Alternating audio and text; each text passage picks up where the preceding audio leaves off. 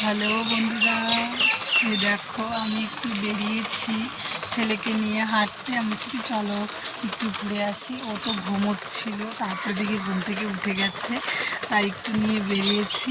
ওই যে ছেলে আসছে পেছনে, এই গাড়িটাতে রশি বেঁধে দিয়েছি, এটা নিয়ে ও আসছে।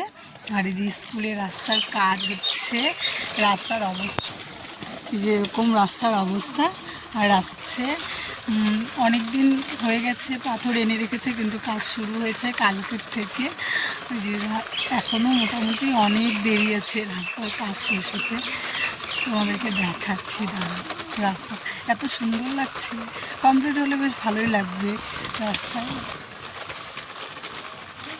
এই দেখো, এখানে বালি টালি ফেলেছে, এই যেখানে রাস্তার কাজ হচ্ছে। এই যে দেখো, দেখো রাস্তা কত সুন্দর লাগছে। পুরো রাস্তাটা, ওই একদম গেট পর্যন্ত পুরো রাস্তাটাই হবে, এই দিকেও হবে।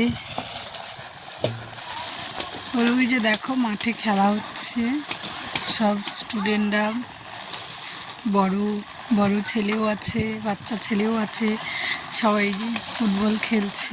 স্যার এসেছে। দেখো গাইস, আমাকে কেমন লাগছে তাই না, মুখ টুক সমস্ত কিছু ফুলে গেছে, জানি না কেন এরকম হয়েছে। শরীরটাও ভালো না একটা বেশি, পেটের ব্যথা, এত ব্যথা কি বলবো।